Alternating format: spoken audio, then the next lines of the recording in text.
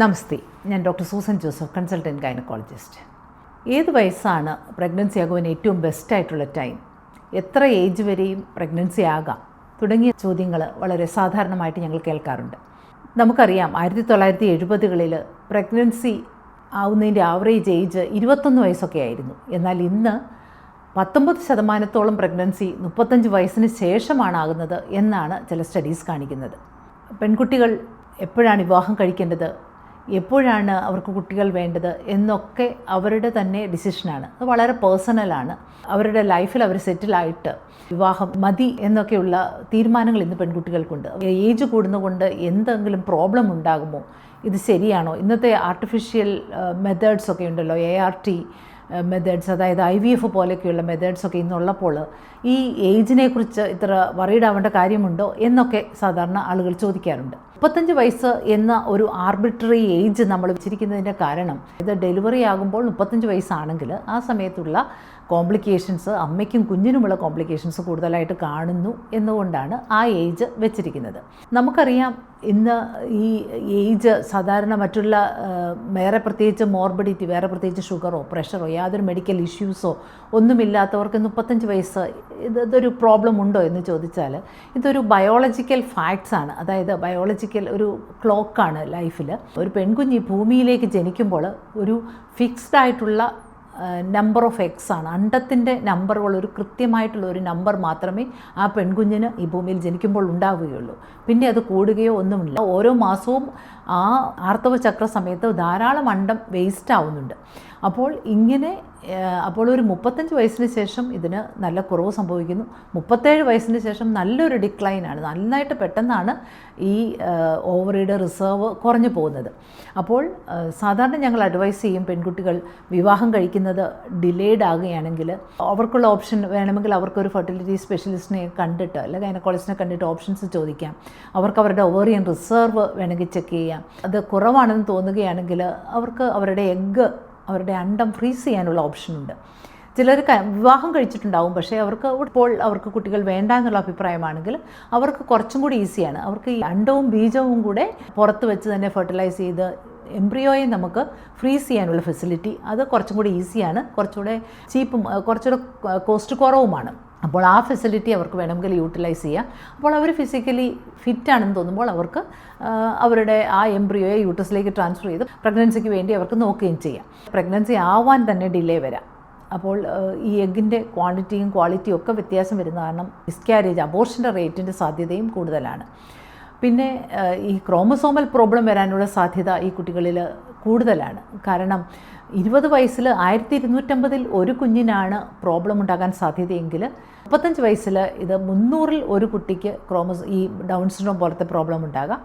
എന്നാൽ 40 വയസ്സിന് ശേഷം 85 ഒരു കുഞ്ഞിന് ഈ പ്രോബ്ലം ഉണ്ടാകാം.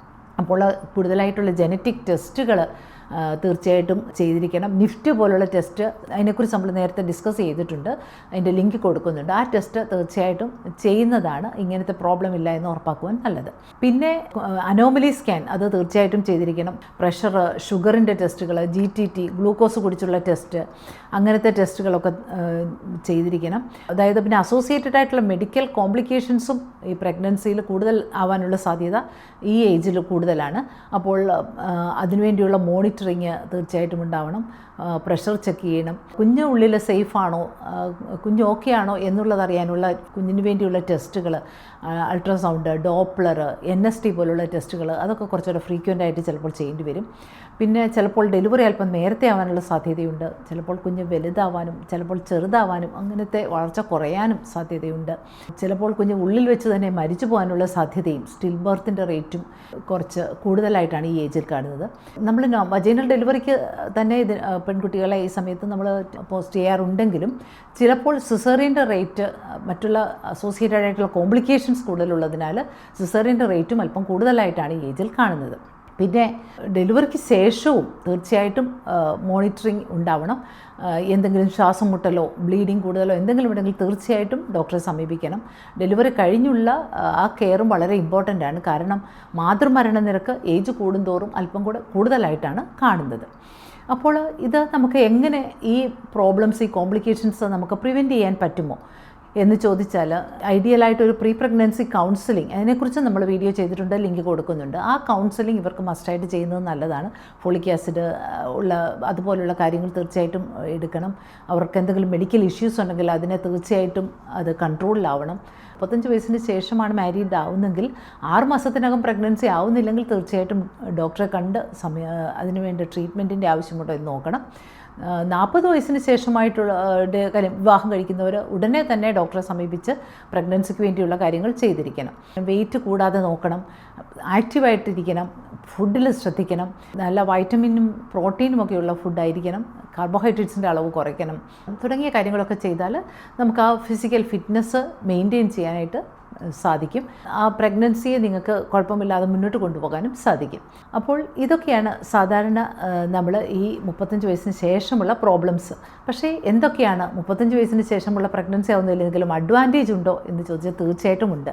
35 വയസ്സിന് ശേഷം ഡെലിവറി ആകുന്ന അമ്മമാരുടെ കുഞ്ഞുങ്ങൾക്ക് EQവും IQവും ഇമോഷണൽ കോഷ്യൻറ്റും ഇൻ്റലിജൻസ് കോഷ്യൻറ്റും ഒക്കെ കുറച്ചുകൂടെ കൂടുതലാണെന്ന് ചില സ്റ്റഡീസ് കാണിക്കുന്നുണ്ട്. കാരണം ഈ അമ്മമാർ കുറച്ചുകൂടെ മച്ചുവറാണ്. ഒരു ഫിനാൻഷ്യൽ സൗണ്ട് ആകുമ്പോൾ അവരുടെ ബേബീസിനെ കൂടുതൽ കെയർ ചെയ്യാനും തൽഫലമായി ആ കുഞ്ഞുങ്ങൾക്ക് ബെറ്റർ ചാൻസസും ഒക്കെ അവർക്ക് ലഭിക്കുന്നുണ്ട്. 35 വയസ്സിന് ശേഷം ഡെലിവറി ആകുന്നവരിൽ അവരുടെ ലൈഫ് സ്പാനും അത് ആയുസിൻ്റെ ദൈർഘ്യവും മറ്റുള്ളവരെ അപേക്ഷിച്ച് കുറച്ചുകൂടെ കൂടുതലായിട്ടും ചില സ്റ്റഡീസ് കാണിക്കുന്നുണ്ട്. അപ്പോൾ അങ്ങനെയുള്ള ഒരു അഡ്വാൻറ്റേജസും ഈ 35 വയസ്സിന് ശേഷമുള്ള പ്രഗ്നൻസിയിലുണ്ട്. അപ്പോൾ ഇതിൻ്റെ നല്ല വശവും അതിൻ്റെ പ്രോബ്ലംസും നിങ്ങൾ കണ്ടു. ഈ പ്രോബ്ലംസ് അവോയ്ഡ് ചെയ്യാനുള്ള മെത്തേഡ്സും നിങ്ങൾക്ക് അറിയാം. അപ്പോൾ ഇതിനെ നിങ്ങൾ യൂട്ടിലൈസ് ചെയ്യുമെന്ന് വിശ്വസിക്കുന്നു. ഈ വീഡിയോ നിങ്ങൾക്ക് ഇഷ്ടമായെങ്കിൽ please like, share and subscribe and do not forget to comment. നന്ദി, നമസ്കാരം.